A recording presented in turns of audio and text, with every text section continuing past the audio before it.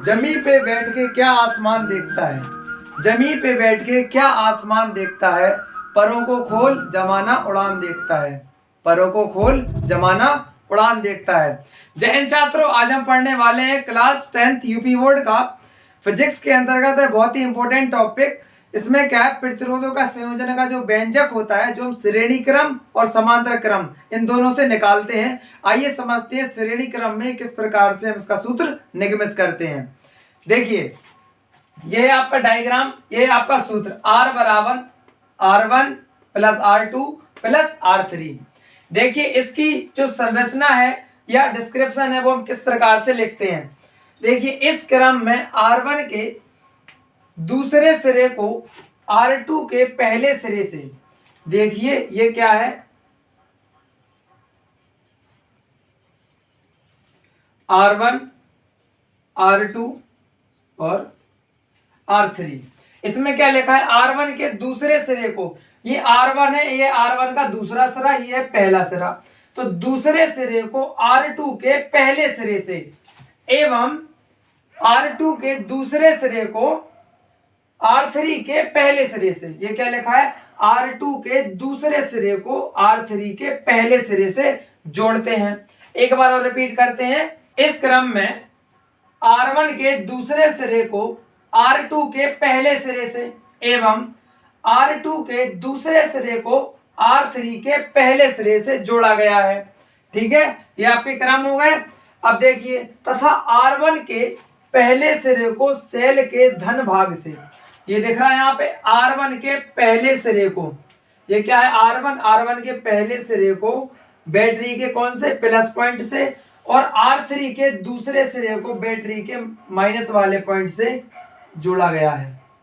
ठीक है, ये आपका क्या हो गया, डायग्राम। अब देखिए, इसका सूत्र किस प्रकार से हम निगमित करते हैं, आइए समझिए। देखिए, सबसे पहले इसमें क्या लिखेंगे, यदि प्रतिरोध R1 R2 व R3 है एवं विभवांतर V1, V2 व V3 है और धारा I है, तो ओम के नियम से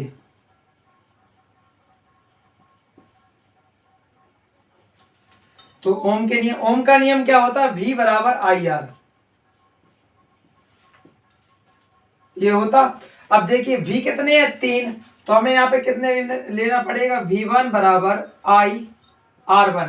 देखिए यहाँ पे क्या ले लिया हमने, R1, और V2 I R2, V3 I R3। ये ओम के नियम से हमने क्या कर लिया, V1 V2 V3 के मान लिख लिए। अब क्या करेंगे, हम क्या निकालेंगे, A तथा B के बीच का कुल विभवांतर,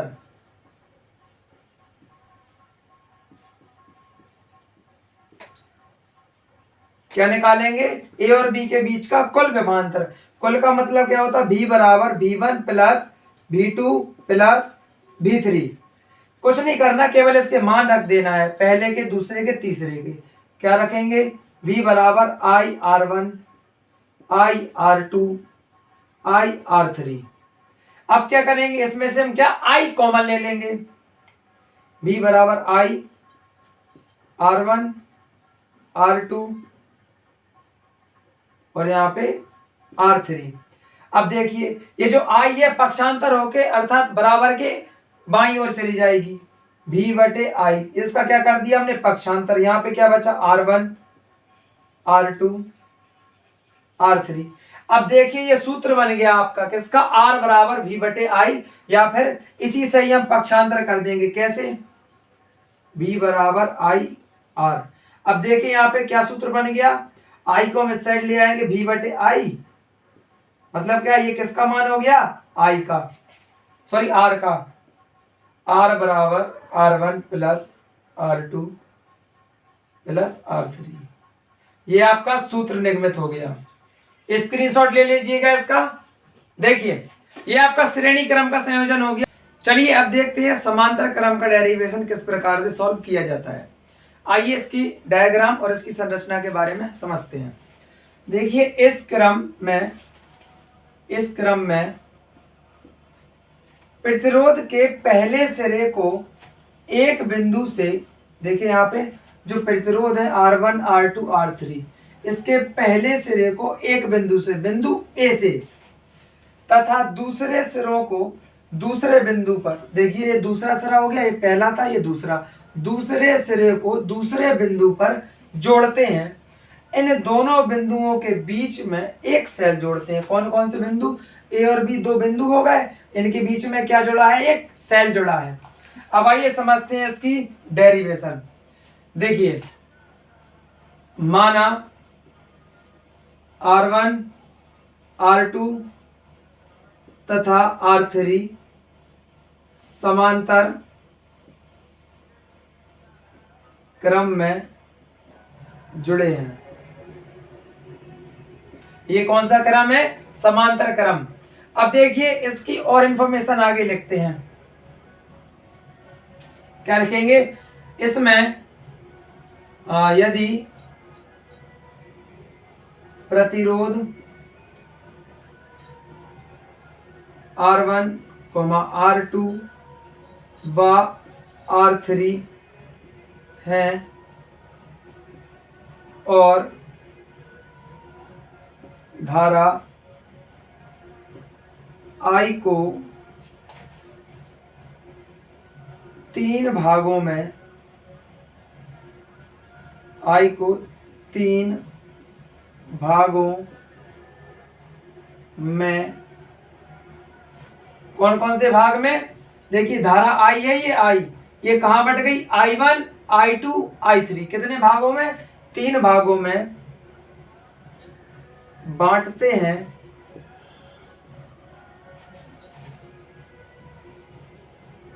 यहां पे क्या लिख सकते हैं हम, I बराबर I1 plus I2 plus I3, ये हो गया। अब इसका क्या लिखेंगे हम, विभवांतर। ए और बी के बीच का विभवांतर कितना है, ए तथा बी के बीच, यहां पे लिख देते हैं ए तथा बी के बीच विभवांतर V है, तो ओम के नियम से ए और बी के बीच का यदि विभवांतर कौन सा है, V है, तो ओम के नियम से क्या हो जाएगा, V बराबर IR, क्या होता, ओम का नियम, तो I बराबर क्या हो जाएगा, R बटे V।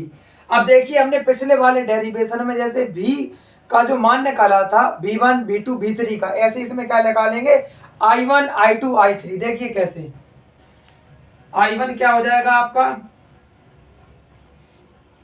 ये यहाँ पे थोड़ा उल्टा लिख दिया हमने, VR, ये क्या हो जाएगा आपका VR1, I2 का हो जाएगा VR2 और I3 का क्या हो जाएगा VR3। ये आपके तीन क्या होगी, धाराएं जो बटी थी उनका सूत्र यहाँ पर इनका मान लिख लिया।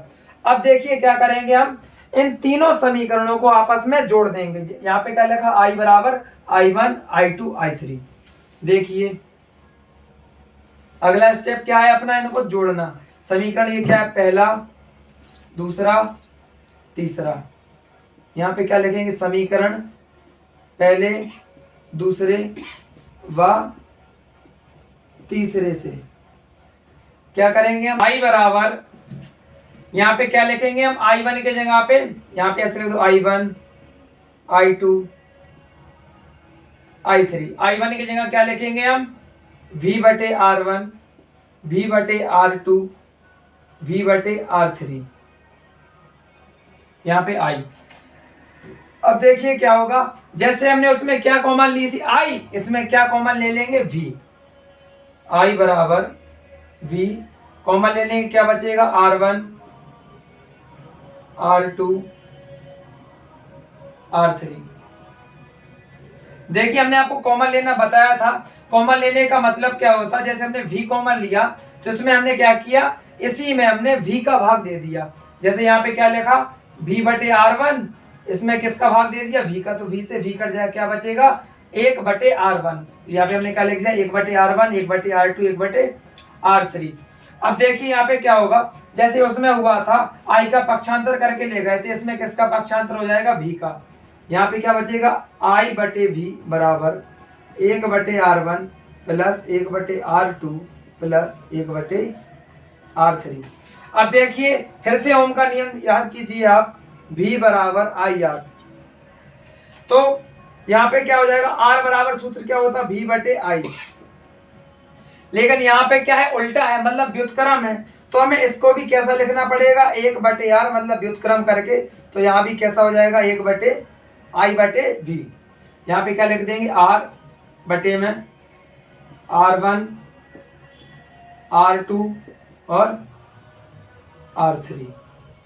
ये आपका सूत्र निर्मित हो गया।